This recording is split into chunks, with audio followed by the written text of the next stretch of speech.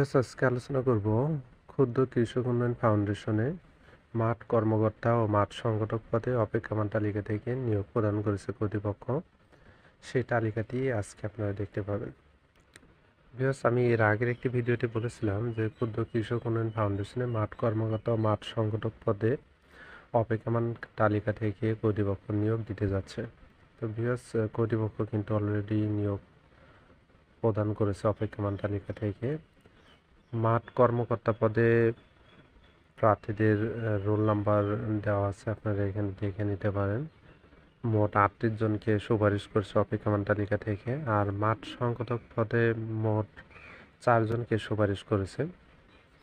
আর চূড়ান্ত নির্বাচিত প্রার্থীদের নিয়োগপত্র মৌখিক পরীক্ষার সময় প্রদত্ত বর্তমান ঠিকানা, অর্থাৎ আপনারা যে বর্তমান ঠিকানা দিয়েছেন সেই বর্তমান ঠিকানায় কিন্তু প্রেরণ করা হয়েছে।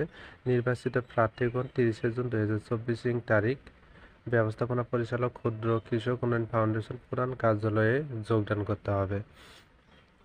তারপরে আপনাদের পোস্টিং কোথায় হবে সেটি কর্তৃপক্ষ দিয়ে দিবে। তো ক্ষুদ্র কৃষক উন্নয়ন ফাউন্ডেশনে মাঠ কর্মকর্তা, মাঠ সংগঠক পদের কাজ, বেতন ভাতা, পদোন্নতির নীতিমালা নিয়ে আমার চ্যানেলে ভিডিও দেওয়া রয়েছে। আপনারা যারা দেখেননি তারা দেখে নিতে পারেন। ফার্স্ট টাইম আমার চ্যানেলে হয়ে থাকলে চ্যানেলটি সাবস্ক্রাইব করে পাশে থাকবেন। যারা অলরেডি সাবস্ক্রাইব করেছেন তাদেরকে অসংখ্য ধন্যবাদ।